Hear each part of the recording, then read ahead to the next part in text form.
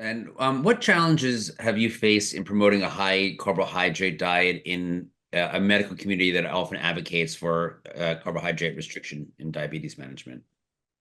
I mean, I think the biggest challenge we've come across is just working, we work with individuals. So we have a coaching practice, and our focus is to help each and every individual that comes along our path and serve them in a way that fits their needs and their unique life and where they live. So for us, the biggest challenge is that transition of people gathering our information, deciding, okay, I want to give this a try, I'm going to implement it, and seeing very high readings in the beginning, right? Especially if they're doing it on their own, they're not like in our coaching program and they're missing some of the key nuances. Some people just get discouraged. They're just like, oh, this doesn't work for me. I'm different, or something's wrong here. I'm eating this mastering diabetes recipe and my blood glucose is just going through the roof. And that's because that situation, that person is still very insulin resistant. You don't reverse insulin resistance overnight. It takes time. And how long that's going to take is dependent on each individual and the level of work and commitment that they're putting into this. But yeah, that's the biggest challenge. And we help people like how to overcome it is to focus on a couple key things. So if somebody's thinking like, oh, I'm going to eat these more high carbohydrate rich foods and I'm seeing spikes and I want to see that go away. In the beginning, focusing on some key aspects.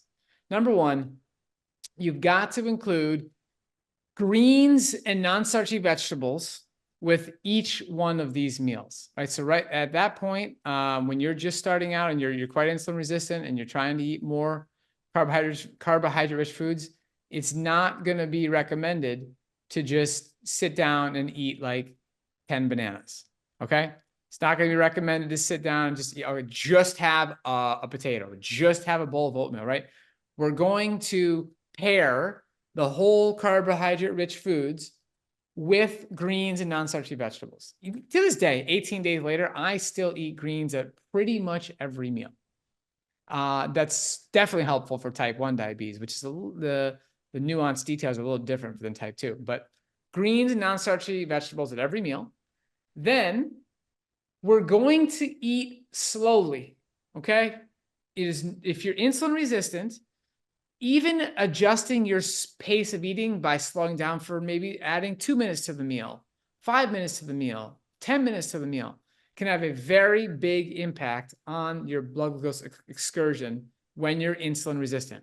So we got greens, non-starchy vegetables, we have eating slower, and then moving your body. Moving your body any time of day is great, right? So you want to be doing something significant every 24 hours. That's ideal. But if you're going to walk, if you're going to have like some of this extra little movement that's not really like intense exercise, if you're living with diabetes, living with insulin resistance, the ideal time would be after the meal. If you have to do it before, that's great. That works, that counts, fantastic. But if you can, when you finish your meal, if you can get up, even if you're just doing the dishes, even if you're just, crushing a bunch of those Amazon boxes that you have at your house, right? You're doing some activity that is going to help stabilize your blood glucose during the transition phase. You don't have to be as diligent and as nuanced about that as you become more and more insulin sensitive. These habits are always helpful, but much more important in the beginning phase. And what are your thoughts on intermittent fasting or time-restricted eating as a strategy for managing diabetes? So we're big fans of that. In our book, the Mastering Diabetes Method is broken down into 4 different components. The first component is low-fat, plant-based whole food nutrition. The second component is intermittent fasting. The third one is daily movement. And the fourth one is decision trees. So intermittent fasting is something we teach our clients how to do if they want to. It's not required. You don't have to do that to get results. But it's definitely a very powerful tool, and there's different ways to do it. Whether you want to do a 24-hour fast once a week, you want to do a 24-hour fast 2 times a week, you want to do 16-8, 7 days a week, where there's 16 hours of no eating, 8 hours you eat all your meals. These are completely viable options for intermittent fasting, and a lot of people love it, right? So some people are surprised at how much they enjoy not having to think about food the whole day. They can sort of tighten that window. Some people just are shocked at like, wow, the whole day of just not having to deal with food or think about it or worry about it is kind of like a blessing. So and some people just don't enjoy it, right? And it just doesn't really work for them. So that's okay. And that's where our personalized coaching approach comes in. Thank you. Next question is coming from the audience. Stephen V, please state where you're from and ask your question.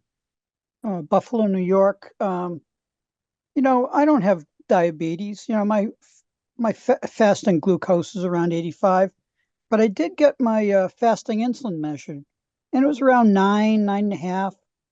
Do you guys ever measure the fasting insulin, and do you have a take on that? So we do have some clients that test it. We don't really require that to be a part of our program. And so a 9 is okay. If I was in your shoes, I would just do an experiment. I would just try and do some optimization and just see what happens in like 90 days. If you can actually get it a little lower. I'd probably see like a 5, 6, 7, somewhere like that might be a little bit better. Yeah, but... I eat walnuts and avocado, so I could tighten it up and do an experiment. I could sure do that. I would just for fun, right? It's a 3-month experiment, and I would also increase your activity, particularly trying to increase weightlifting, strength training.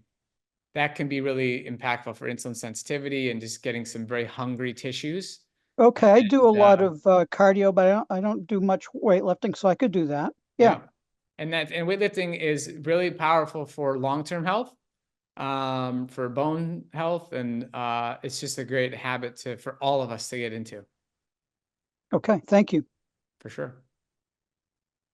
Thank you. And I don't know if you're comfortable speaking to this, but you went over the different types of diabetes, and what are your thoughts, or is there any growing literature on what actually causes someone to get type 1 diabetes? There is a lot of research, but nothing is really like conclusive. There's a lot of speculation, but at this point in 2024, I'm just going to say we just don't know. We really just don't know. And is there any hope for being able to produce insulin once you are type 1, or there's never been a case of anyone reversing from that? Yeah, so I love this topic. I appreciate the question. I mean, this whole mission of reversing type 1 diabetes is something I've put a lot of time and effort towards for 18 years now. And so the goal, the mission is to reverse type 1 diabetes naturally.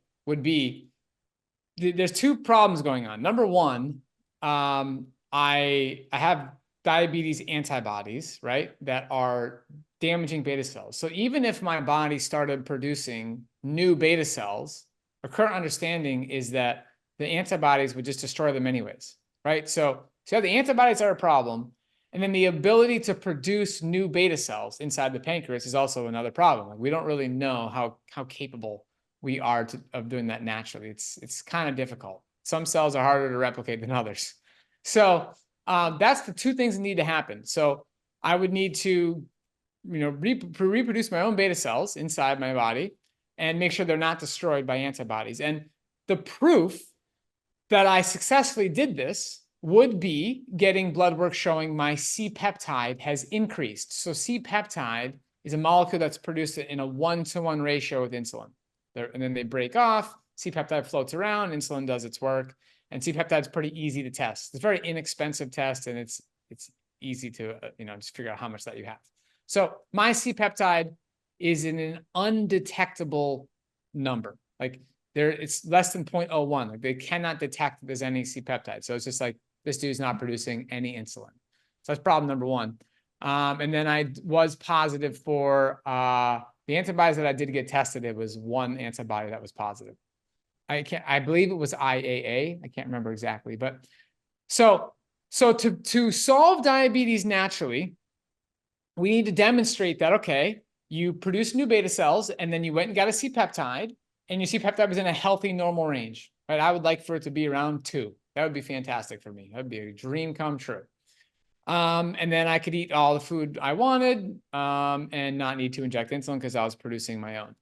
So to this day, that has not happened, right? That we don't have somebody who's done that or any repeatable solution of multiple people doing it. There is no like, I can't wait for the person to write that famous New York Times bestselling book of how to reverse type 1 diabetes, right? Like that's got to exist, but it doesn't exist.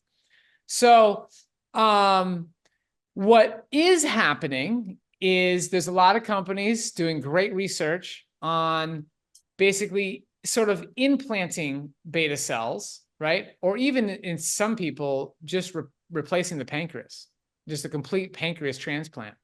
And the problem with these modern solutions is that they're required to use immunosuppressant drugs.